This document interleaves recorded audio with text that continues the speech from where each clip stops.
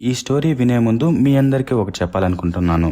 ఇది ఒక normal horror movie కాదు, కొంచెం డిఫరెంట్ గా ఉంటుంది.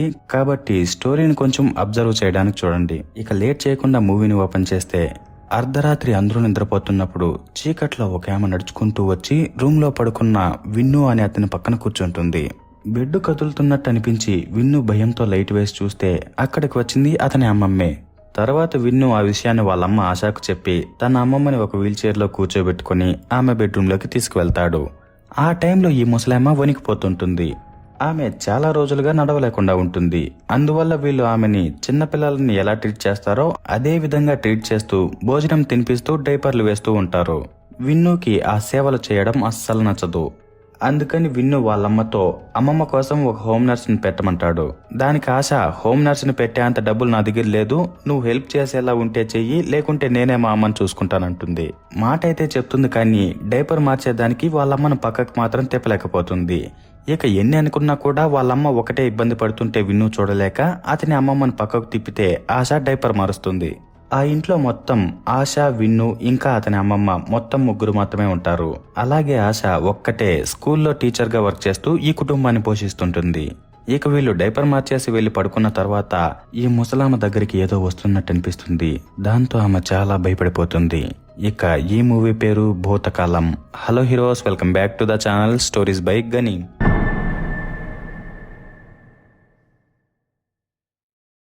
మరుసటి రోజు తెల్లవారి లేచి చూస్తే ఈ ముసలమ్మ చనిపోయి ఉంటుంది. ఆ టైంలో ఆశకి తెలిసిన వాళ్ళు ఆశతో ఆమె మంచం మీద ఉండటం కన్నా ఇలా చనిపోవడమే నీకు మంచిదిలే, బాధపడొద్దు అని చెప్తుంటే ఆశ నువ్వు నోరు మూసుకుంటావా అనే లెక్కలో చూస్తుంది. తర్వాత కార్యక్రమాలన్నీ అయిపోయి అందరూ వెళ్లిపోయాక ఆ రోజు రాత్రి ఆశ ఒంటరిగా కూర్చొని ఏడుస్తుంటుంది. తర్వాత కొన్ని రోజులకి ఆశ ఒక సైకియాట్రిస్ట్ దగ్గరకు వెళ్తుంది. ఆ టైంలో సైకియాట్రిస్ట్ ఇచ్చిన ఫామ్ ని ఆశ ఫిల్ చేసి ఆమెకిస్తే దాంట్లో ఆశ కుదిరితే నన్ను నేను చంపుకుంటాను, అలాగే ప్రతి చిన్నదానికి ఏడుస్తాను అనే వాటిపై టిక్ చేస్తుంటుంది. డాక్టర్ ఆ ఫామ్ ని చూసిన తర్వాత ఆశని మీరు టాబ్లెట్స్ వాడాలి కదా, ఎందుకు నిలిపేశారంటే దానికి ఆశ కొన్ని రోజులు వాడాను, తర్వాత నాకు తగ్గినట్టు అనిపిస్తే నిలిపేశాను అంటుంది. దానికి డాక్టర్ అలా మీరు నిలిపేయకూడదు, మీకు క్లినికల్ డిప్రెషన్ అనే ఒక డిసార్డర్ ఉంది, అదేం జ్వరం కాదు వచ్చి వెళ్లిపోయేదానికి, మేము చెప్పేంత వరకు మీరు టాబ్లెట్లు నిలపకూడదు అంటుంది. అప్పుడు ఆశ మా అమ్మకు కూడా ఇలాగే ఉండేది, సడన్ గా కోప్పడేది, మళ్ళా గమ్మున ఉండిపోయేది, నేను అలాగే ఉండేదాన్ని, కానీ ఆ టైంలో అన్ని విషయాలు మా అమ్మతో చెప్పేదాన్ని. అప్పుడు ఆమె నాకు చాలా సపోర్ట్ గా ఉండింది.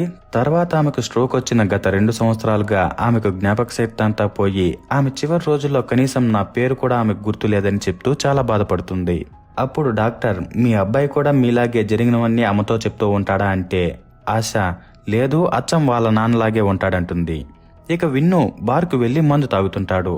అతను ఉద్యోగం కోసం వెతుకుతుంటాడు, కానీ ఖర్చులకు డబ్బులు మాత్రం వాళ్ళమ్మ దగ్గరే తీసుకుంటూ ఉంటాడు.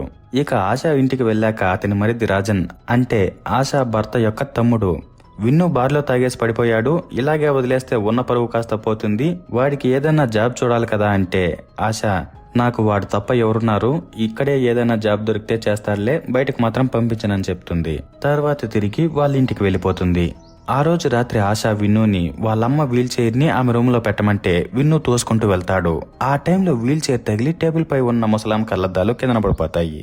ఆ సౌండ్ కి ఆశ వచ్చి కళ్ళద్దాలు చూసి అవి కూడా విరగొట్టేస్తావా, నువ్వు జరుగు నేనే చూసుకుంటానులే అంటుంది. ఆ మరుసటి రోజు ఆశ స్కూల్లో ఉన్నప్పుడు స్కూల్ హెడ్ మాస్టర్ వచ్చి మీరు అప్పుడప్పుడు లీవ్ తీసుకుంటుంటే దాన్ని మేనేజ్ చేయడం నాకు కష్టంగా ఉంది, మీరు ఒక పని చేయండి, ఒక లాంగ్ లీవ్ తీసుకోండి, తర్వాత రండి అంటే ఆశ ఏం పర్లేదు సార్, నేను మేనేజ్ చేస్తానని చెప్తుంది. అప్పుడు హెడ్ మాస్టర్ మనం చిన్నపిల్లల్ని డీల్ చేస్తాం కదా, వాళ్ళకి కొంచెం సున్నితంగా చెప్పండి అనేసి వెళ్ళిపోతాడు. ఆ మాటకి ఆశ ఏం మాట్లాడకుండా గమ్మునుండిపోతుంది. కానీ తర్వాత మాత్రం బాత్రూంలోకి వెళ్లి ఏడ్చుకుంటూ ఉంటుంది. అలాగే ఇంటికి వెళ్ళాక కూడా ఏడుస్తూనే ఉంటుంది. ఇక విన్ను మాత్రం టీవీ చూస్తూ నిద్రపోతాడు. ఆ రోజు రాత్రి టైం 12 అయినా ఏడుస్తున్న సౌండ్ వినిపిస్తూనే ఉంటే విన్నుకు మెలకు వచ్చి వాళ్ళమ్మను ఓదార్దామని వెళ్ళినప్పుడు అక్కడ రూమ్ లో వాళ్ళమ్మ కాకుండా వాళ్ళమ్మమ్మ ఏడుస్తూ కనిపిస్తుంది. అది చూసిన విన్ను చాలా భయపడిపోతుంటాడు. ఆమె విన్ను కల్లా చూద్దామనుకున్నప్పుడు సడన్ గా నిద్రపోతున్న విన్నుకి మెలకు వచ్చేస్తుంది. తర్వాత ఇదంతా కళ అనుకొని కొంచెం ప్రశాంతంగా ఉండి రెడీ అయ్యి బైక్ తీసుకుని అతని లవర్ ప్రియా దగ్గరకు వెళ్తాడు. ప్రియా విన్నుపై చాలా కోపంగా ఉంటుంది. దానికి కారణం అతను తన అమ్మమ్మ చనిపోయిందనే బాధలో ఉన్నాడు, కానీ ప్రియా ఫోన్ చేస్తే ఫోన్ ఎత్తడు, మళ్ళీ రిటర్న్ చేయడు. అందుకని ప్రియా విన్నుతో నీకు ఇష్టం వచ్చినప్పుడు ఫోన్ చేసేలా నాతో తిరిగేలా ఉంటే నువ్వు నాకు అవసరం లేదనే లెక్కలో మాట్లాడుతుంది. తర్వాత విన్ను ప్రియాని కొద్దిగా బుజ్జగించాక ఆ అమ్మాయి వెళ్ళిపోతుంది. తర్వాత విన్ను తనకున్న ఒక్క ఫ్రెండ్ మధుతో మాట్లాడేసి ఇంటికి వెళ్ళిపోతాడు. ఇంటి దగ్గర ఆశ డిప్రెషన్కి టాబ్లెట్లు వేసుకుని తినడానికి దోశలు పోసి విన్నుని భోజనం తిందాంరా అంటే విన్ను నాకు ఇప్పుడేం వద్దు, తర్వాత నేను మ్యాగీ తింటానని చెప్తాడు. దాంతో ఆశ చేసిందంతా వేస్ట్ చేస్తావా, నన్ను ఊరికే సతాయించుకుంటా వచ్చి తిను అనేసి వెళ్ళిపోతుంది. ఇక ఆ రోజు రాత్రి విన్ను మాత్రం భోజనం తినడు. రాత్రి 11:10 అయ్యేసరికి అతనికి ఆకలేసి ఫ్రిడ్జ్ లో ఉన్న బిస్కెట్లు తీసుకుని తింటున్నప్పుడు పక్కన కుక్కలు అరుస్తున్న శబ్దం వినపడుతుంది. విన్ను అక్కడికి వెళ్లి చూసిన తర్వాత కిటికీలు మూసేసి పడుకునేస్తాడు. ఆ మరుసటి రోజు విన్ను జాబ్ ఇంటర్వ్యూకి వెళ్తాడు. వాళ్ళు చదువు అయిపోయాక 1 year గ్యాప్ వచ్చింది ఎందుకని అడిగితే విన్ను ఫ్యామిలీ ప్రాబ్లమ్స్ వల్ల గ్యాప్ వచ్చింది, మా ఇల్లు ఇక్కడికి దగ్గరే, లోకల్లో దొరికే జాబ్ కోసం చూస్తున్నానని చెప్పేసరికి వాళ్ళు మాకు బయట వర్క్ చేసే వాళ్లే కావాలంటారు. దానికి విన్ను మీ కజిన్ ఫిలిన్ ఉన్నారు కదా, ఆయన మీకు ఫోన్ చేసింది నా జాబ్ గురించే అంటాడు. అప్పుడు అతను దానికెందుకు అంతలాగుతున్నావు, ఇంటర్వ్యూకి వచ్చేటప్పుడు డీసెంట్ గా రావడం తెలీదా, ఏమిటా గడ్డము, వీళ్ళ బామ్మ కూడా వారం ముందే చనిపోయింది, ఈయన షేవ్ చేసుకోలేదా, మీ అమ్మ పిల్లలకు చదువు చెబుతుంది కానీ కొడుకుని ఎలా పెంచాలో తెలియదా అనే లెక్కలో మాట్లాడేసరికి విన్ను అక్కడి నుంచి రిటర్న్ వెళ్ళిపోతాడు. తర్వాత మధు ఇంటికి వెళ్లి అతనితో నేను నీతో పాటే బయట ఊరికి వచ్చేస్తాను, నువ్వు చేసేలాగే ఏ పైనైనా హోటల్లో అయినా కూడా పర్లేదు, ఫస్ట్ ఇక్కడి నుంచి బయట పడిపోవాలి అంటాడు.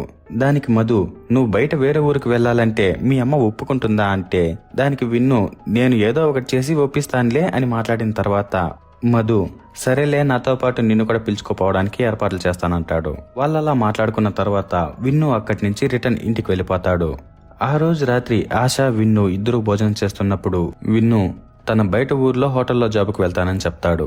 అప్పుడు ఆశ ఏం అవసరం లేదు, ఇక్కడే ఏదైనా చూసుకో, అయినా ఇంత చదువు చదివి హోటల్లో కప్పులు కడిగేదానికి పనిచేస్తావా, ఫస్ట్ ఏమో MBBS అన్నావు, తర్వాత B.Pharmacy అని, నీ చదువుకు ఎంత ఖర్చు అయిందో తెలుసారా అంటుంది.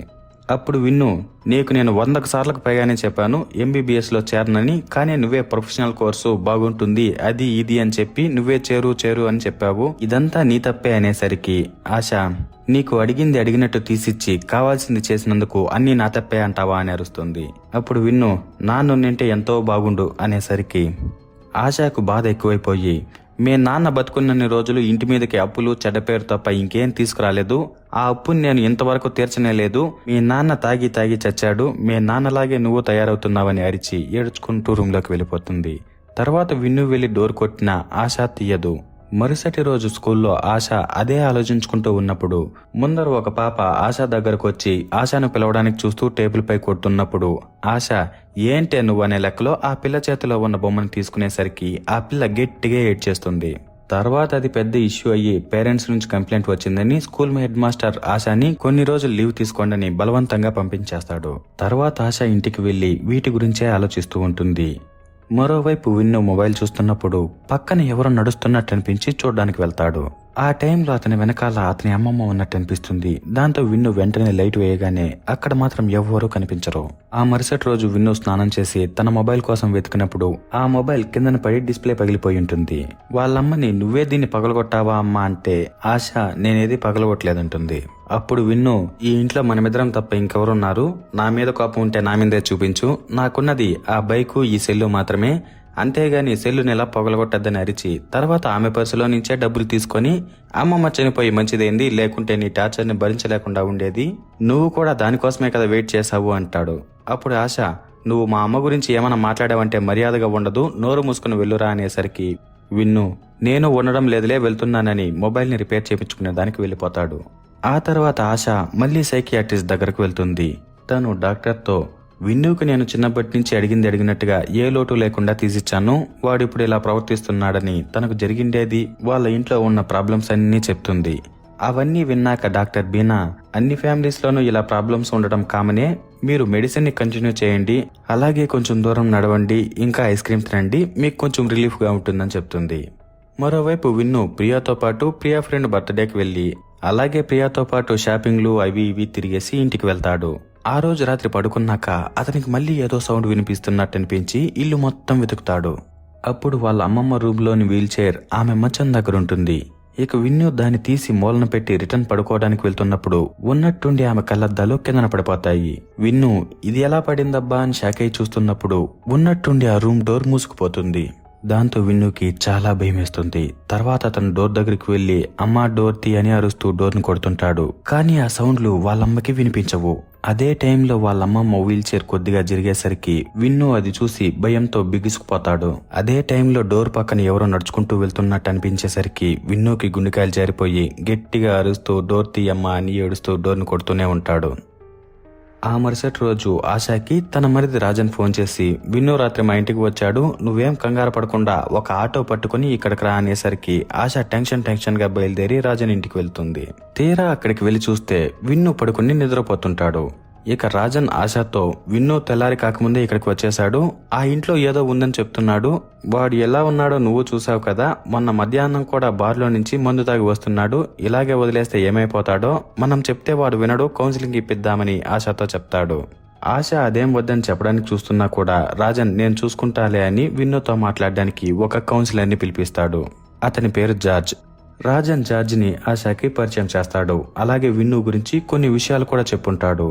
తర్వాత జార్జ్ విన్ను దగ్గరికి వెళ్లి ఏం జరిగింది ఏమని కనుక్కున్నాక విన్ను వాళ్ళ ఇంట్లో ఏవో అతనికి విచిత్రమైన సౌండ్లు దృశ్యాలు కనిపిస్తున్నాయని, అలాగే రాత్రి అతన్ని రూమ్ లో పెట్టి ఎవరో గిడివేశారని, ఆ టైంలో వాళ్ళమ్మ కూడా అక్కడ లేదని, తర్వాత ఇక్కడికి వచ్చేసానని చెప్తాడు.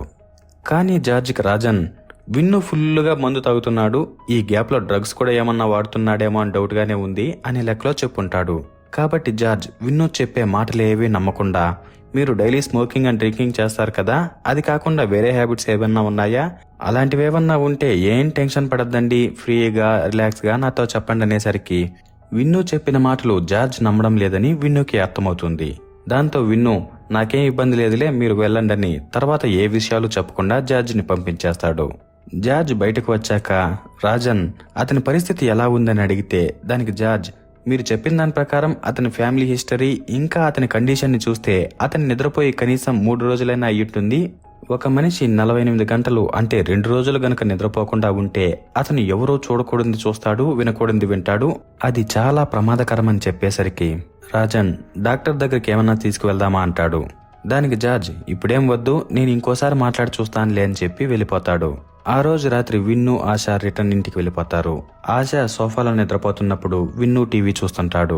ఆ టైంలో విన్నుకి మళ్లీ ఏవో విచిత్రమైన సౌండ్లు వినిపించి భయంతో చూస్తున్నప్పుడు ఆశకి మెలకు వచ్చి ఏమైందని అడిగితే అక్కడ ఏదో ఉందని చెప్తాడు. దాంతో ఆశ అక్కడికి వెళ్లి చూస్తుంది. కానీ అక్కడ ఏమీ ఉండదు. మరుసటి రోజు ఆశ బట్టలారేస్తున్నప్పుడు వీళ్ళ పక్కింటి మంజు విన్ను ఎక్కడా కనపడడం లేదని అడిగేసరికి ఆ మాటకి ఆశకు ఏం చెప్పాలో అర్థం కాకుండా అతను లోపల ఉన్నాడని చెప్పేసి పెద్దగా ఏం మాట్లాడకుండా వెళ్ళిపోతుంది. తర్వాత ఆశ కిటికీలు డోర్లు అన్నీ మూసి బీగాలు వేసి కీస్ ని ఫ్రిడ్జ్ మీద పెట్టేసి తర్వాత డాక్టర్ బీనాతో మాట్లాడడానికి వెళ్తుంది. కానీ అక్కడ బీనా డాక్టర్ ఉండదు, ఆమె ట్రాన్స్ఫర్ అయిపోయి ఉంటుంది. ఆమె ప్లేస్ లోకి వేరే డాక్టర్ వచ్చుంటాడు. అతను ఆశను కూర్చోమని మీ ప్రాబ్లం ఏమిటి ఏమని అడిగితే ఆశ ఏం చెప్పకుండా రిటర్న్ వెళ్ళిపోతుంది. అదే టైంలో ఆశ ఇంటికి జార్జ్ వెళ్తాడు. ఆ ఇల్లు లాక్ వేసి ఉంటుంది. ఆ టైంలో మంజు జార్జిని చూసి ఎవరు ఏమని కనుక్కున్న తర్వాత సార్ వాళ్ళు లేరు, ఎక్కడికో వెళ్లారు, అలాగే ఆ ఇల్లు మంచిది కాదు, ఎక్కువసేపులో అక్కడ ఉండొద్దని చెప్తుంది. ఆ మాట విని జార్జ్ షాక్ అయ్యి అసలు ఈమె ఎందుకలా అనిందో అర్థం కాక ఏమైందని అడిగితే మంజు ఆశా వాళ్ళు వచ్చి ఈ ఇంటికి 2 సంవత్సరాలయ్యింది, ఆ ఇంటికి ఏదో సమస్య ఉంది, 7 సంవత్సరాల ముందు ఆ ఇంట్లో ఒకతను తన భార్యకి కూతురికి విషం పెట్టి తర్వాత అతను ఊరు వేసుకొని చనిపోయాడు. ఆ తర్వాత 2 సంవత్సరాలు ఆ ఇల్లు ఖాళీగానే ఉన్నింది. తర్వాత ఇంటి ఓనర్ దానిని రెంట్కి ఇస్తుండేవాడు. ఇక ఆ ఇంట్లోకి వచ్చిన వాళ్ళు 1-2 నెలలకే వెళ్లిపోయేవాళ్ళు. అలాగే ఆ ఇంటికి ఒక బ్యాంక్ ఎంప్లాయ్ వచ్చాడు. ఆయన చాలా మంచివాడు, ఏమైందో తెలియదు కానీ ఆయన కూడా ఊరేసుకోవడానికి చూశాడు. అందువల్లే మేము ఆ ఇంటి ముందరకు వెళ్లడానికి కూడా చాలా భయపడిపోతామని చెప్తుంది. ఈ విషయాలన్నీ విన్న తర్వాత జార్జ్ ఇంకా ఎక్కువ భయపడిపోయి అక్కడి నుంచి వెంటనే రిటర్న్ వెళ్ళిపోతాడు.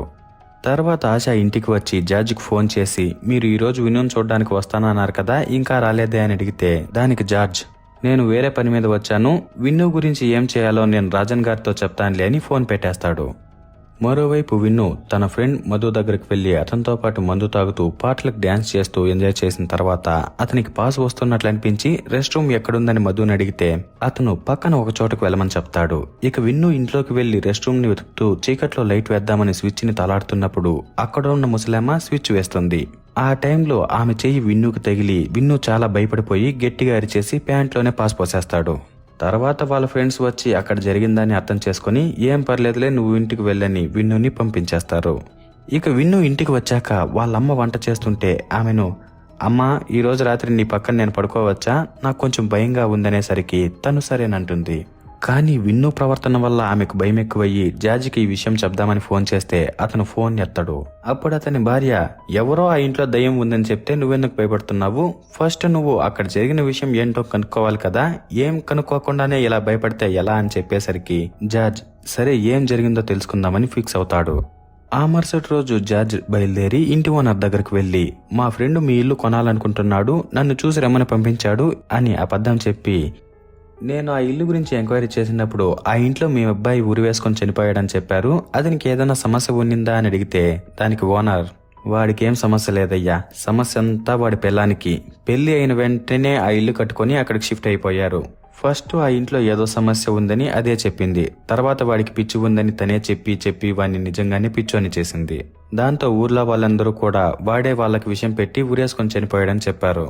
ఇప్పుడు ఈ కథంతా మీకు బాగా ఇంట్రెస్టింగ్ గానే ఉంది కదా అని చెప్పి పంపించేస్తాడు. దాంతో జార్జ్కి అక్కడ ఏం జరిగిందో అర్థం కాక ఆలోచించుకుంటూ ఉంటాడు. ఆ రోజు రాత్రి ఆశ పడుకున్నప్పుడు తనకు ఏదో సౌండ్ వినిపించేసరికి వెళ్లి చూస్తే అక్కడ వాషింగ్ మిషన్ రన్ అవుతుంటుంది. అది చూసిన ఆశ వెంటనే భయపడిపోయి తర్వాత ప్లగ్ తీసి వాషింగ్ మిషన్ ఆపేస్తుంది. ఆ పక్కన విన్ను ఈ విషయాలన్నీ చూస్తుంటాడు. ఇక మరుసటి రోజు జార్జ్ ఆ ఇంట్లో ఉరి వేసుకోవడానికి చూసిన బ్యాంక్ ఎంప్లాయర్ని కలవడానికి వెళ్తాడు. అతనికి ఏం జరిగింది ఏమని కనుక్కుంటే అతని భార్య, డాక్టర్లు ఆయనకు నిద్ర లేకపోవడం స్ట్రెస్ వల్ల ఇలా జరిగిందని చెప్పారు, ఆయన నాకు భోజనం పెట్టమని చెప్పేసి రూమ్ లోకి వెళ్లి రాకుండా ఉండేసరికి ఏమైందో చూద్దామని వెళ్ళాను, తీరా చూస్తే అక్కడ ఆయన ఉరివేసుకున్నారు, ఇక అప్పటి నుంచే ఆయన ఇలా ఉన్నారు, ఉరేసుకునే ముందు ఆయన ఆ ఇంట్లో విచిత్రమైన సౌండ్లు మనుషులు కనపడ్డారని, అలాగే మనం కొంచెం క్లారిటీగా చూస్తే ఆ ఇంట్లో వేరే మనుషులను కూడా చూడొచ్చని చెప్తుండేవారు అంటుంది. అదంతా విన్న వెంటనే జార్జికి భయం ఇంకా ఎక్కువైపోతుంది. మరోవైపు విన్ను ప్రియా దగ్గరకు వెళ్తే తను, నీకు ఫోన్ చేస్తే ఎందుకు ఎత్తడం లేదు, ఏం జరిగిందో చెప్పు, నువ్వేం చెప్పినా నేను నమ్ముతానని చెప్పేసరికి విన్ను ఆ ఇంట్లో అతనికి జరిగిన విచిత్రమైన సంఘటనలు అలాగే కౌన్సిలర్ రావడం అన్ని విషయాలు చెప్పి నేను ఆ ఇంట్లో ఉండలేకపోతున్నాను, మనం ఎక్కడికన్నా వెళ్ళిపోదామా అంటాడు. ఆ అమ్మాయి విన్ను చెప్పిన విషయాలన్నీ విని చాలా భయపడిపోయి, సరేలే నువ్వు ఫస్ట్ ఇంటికి వెళ్లి నిద్రపో, తర్వాత మనం దీని గురించి మాట్లాడుకుందామనేసరికి విన్నుకి, ప్రియా నేను చెప్పిందంతా నమ్మడం లేదు, నాకు పిచ్చి పట్టిందేమో అనుకుంటోంది, ఇక నేను తనకు ఎన్ని చెప్పినా ఏం లాభం లేదని ఆ అమ్మాయితో తర్వాత ఏం మాట్లాడకుండా వెళ్ళిపోతాడు. ఇక విన్ను తనను ఎవరో నమ్మడం లేదనే బాధతో బార్లోకి వెళ్లి మందు తాగుతున్నప్పుడు ఒకతను పొరపాటున విన్నుని గుద్దుకొని వెళ్లిపోయేసరికి విన్ను అతనితో గొడవ వేసుకుంటాడు. తర్వాత మళ్ళీ నన్ను ఎవరూ కొట్టద్దండని 2 రకాలుగా బిహేవ్ చేస్తాడు. ఆ తర్వాత అతన్ని ఇంటికి తీసుకువెళ్తారు. ఆ టైంలో రాజన్ ఆశాతో, నువ్వు వాడిని చూసుకోలేవు, ఇలాంటి వాళ్ళని చూసుకోవడానికి మెంటల్ హాస్పిటల్లే కరెక్టు, అక్కడ వేసేస్తే సరిపోతుందిలే అని మాట్లాడుతున్నప్పుడు అతనికి జార్జ్ ఫోన్ చేస్తాడు. జార్జ్, విన్ను చెప్పిన దాంట్లో కూడా ఏదో నిజమన్నట్టే ఉంది సార్, నేను ఇంకోసారి అతనితో మాట్లాడతానంటే రాజన్, ఏం అవసరం లేదులే బాబు, అతన్ని హాస్పిటల్లో వేసేస్తే సరిపోతుందని ఫోన్ పెట్టేస్తాడు. ఈ విషయాలన్నీ ఆశ వింటూనే ఉంటుంది. తర్వాత మళ్ళీ ఇంటికి వెళ్లి ఇక ఈ అవమానాలు బాధలు భరించలేక చనిపోదామని పిండిలో విషం కలిపి దోశలు పోస్తుంది. తర్వాత వాటిని 2 ప్లేట్లలో పెట్టి డైనింగ్ టేబుల్ దగ్గర కూర్చొని వినుని తినమని చెప్తే తను, నేను చెప్పింది నువ్వు కూడా నమ్మడం లేదు కదమ్మా, నీకు కూడా నేను భారం అయిపోయాను కదా అనే లెక్కలో మాట్లాడతాడు. అప్పుడు ఆశ, నా జీవితంలో ఎన్నో కష్టాలు వచ్చాయి, అయినా నేను బతుకుండేది కేవలం నీకోసమే అని చాలాసేపు వాళ్ళిద్దరూ వాళ్ళ బాధలు చెప్పుకున్నాక తర్వాత ఒకరి కోసం ఒకరు ఎవరి మాటలు పట్టించుకోకుండా మన పాటికి మనం బతుకుదామనుకుంటారు. దాంతో దోశలు తినకుండా గమ్మునుండిపోతారు. ఇక ఆశ వంట రూమ్ లో బోకులు కడుగుతుంటే విన్ను డైనింగ్ టేబుల్ దగ్గర కూర్చొనుంటాడు. ఆ టైంలో అతని చేతిలో ఉన్న గ్లాసు ఉన్నట్టుండి అతని నుంచి దూరంగా వెళ్లిపోతుంది. అది చూసి విన్ను చాలా భయపడిపోయి వాళ్ళమ్మని పిలిచి ఆ గ్లాస్ జరుగుతుందని చెప్పాక ఆ గ్లాస్ మాత్రం జరగదు, కానీ ఉన్నట్టుండి అక్కడున్న కుర్చీ కిందన పడిపోతుంది. అది చూసిన ఆశ చాలా భయపడిపోతుంది. వెంటనే విన్ను ఆశాని పక్క రూమ్ లోకి పిలుచుకుని పోయి డోర్ ని మూసేస్తాడు. ఆ టైంలో ఎవరో ఆ డోర్ ని గోడల్ని కొడుతుంటారు. వీళ్ళదంతా చూస్తూ భయపడుతున్నప్పుడే అది సరిపోదన్నట్టు ఉన్నట్టుండి కరెంటు కూడా పోతుంది. తర్వాత వీళ్ళు అలానే భయపడుతుంటే కొద్దిసేపటికి డోర్ ఓపెన్ అవుతుంది. ఇక అక్కడే ఉంటే ప్రమాదమని రూమ్ లో నుంచి హాల్లోకి వచ్చినప్పుడు అక్కడ ఒక ఉరితాడు కనిపిస్తుంది. అది చూసి వీళ్ళు భయపడి మెయిన్ డోర్ ని ఓపెన్ చేద్దామనుకుంటారు. కానీ బీగాలు ఫ్రిడ్జ్ మీద ఉంటాయి. దాన్ని తీసుకురావడానికి వెళ్ళినప్పుడు ఆ ఇంట్లో ఒక్కొక్క చోట ఒక్కో దయ్యం కనిపిస్తుంది. ఒక మగ దయ్యం సోఫాలో కూర్చుని ఉంటుంది. ఇంకో ఆడదయ్యం బెడ్రూమ్ లో ఏడుస్తుంటుంది. ఇంకో చిన్న పాప దయ్యం విన్ను అమ్మమ్మ కలద్దాలతో ఆడుకుంటుంటుంది. వీళ్ళు వాళ్ళందరినీ చూసి భయపడుతూ ఎటువంటి శబ్దమూ చేయకుండా సైలెంట్ గా డోర్ ని ఓపెన్ చేసుకుని బయటకు వచ్చి డోర్ ని మూసేద్దాం అనుకున్నప్పుడు ఉన్నట్టుండి ఇంకో దయ్యం డోర్ ని పట్టుకుంటుంది. ఆ పట్టుకున్న దయ్యం ఎవరో కాదు, విన్ను అమ్మమ్మ. అది చూసిన విన్నుకి గుండెకాయలు జారిపోతాయి. మరుసటి రోజు వీళ్ళు ఆ ఇల్లు ఖాళీ చేసేస్తారు. ఆ టైంలో జార్జ్తో రాజన్ మాట్లాడుతూ, ఏ ఇంటికైనా కిటికీలు గడపలో ఉంటాయి, అలాగే సమస్యలు కూడా ఉంటాయి. ఎలాగైతే నేను తల్లి కొడుకులు ఇద్దరు కలిసిపోయారు, అదే చాలు. ఇంతకు మించి మనం ఈ ఇంటి గురించి మాట్లాడిన అవసరం లేదంటాడు. అప్పుడు జార్జ్, అంతేలే, సమస్య మనదైతే ప్రాబ్లం మనకు తెలుస్తుంది, పక్కన వాళ్ళదైతే ఇలాగే మాట్లాడతారనే లెక్కలో మనసులో అనుకొని, అవును మీరు చెప్పింది కూడా కరెక్టేనంటాడు. ఇక బయట విన్ను ఆ ఇంటిని అదే పనిగా చూస్తూ ఏదో ఆలోచిస్తుంటాడు. అది గమనించి ఆశ, ఏం ఆలోచిస్తున్నావురా, నువ్వేమనుకుంటున్నా అమ్మతో చెప్పాలన్నాను కదా అంటే విన్ను, మనం వెళ్లిపోయిన తర్వాత నెక్స్ట్ ఈ ఇంటికి వచ్చే వాళ్ళ గురించి ఆలోచించానంటాడు. ఆ మాట విని ఆశ అవంతా వదిలే అనే లెక్కలో విన్ను వీపుని మురుతుంది. అక్కడితో సినిమా అయిపోతుంది. సో ఇంతే ఫ్రెండ్స్, భూతకాలం మూవీ స్టోరీ. ఈ స్టోరీలో మెయిన్ గా మనకు 2 డౌట్లు మిగిలిపోయి ఉంటాయి. ఒకటి, ఆ ఇంట్లోకి దయ్యాలు ఎలా వచ్చాయి. రెండవది, ఆశా వాళ్ళు 2 సంవత్సరాలుగా ఆ ఇంట్లో ఉంటే ఆ 2 సంవత్సరాలు కనిపించకుండా ఇప్పుడే ఎందుకు వాళ్ళకి దయ్యాలు కనిపించాయి అని. దీని ఆన్సర్ మాక్సిమం 10% పీపుల్ కి అర్థమవుతుంది. మిగిలిన 90% పీపుల్ కోసం నేను ఎక్స్ప్లెయిన్ చేస్తాను.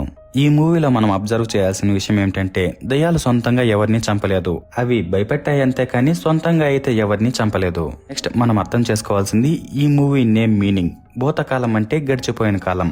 దాని ప్రకారం ఈ మూవీలో ఫస్ట్ చనిపోయి దయ్యంగా మారింది ఇంటి ఓనర్ కొడుకు, కోడలు, మనవరాలు.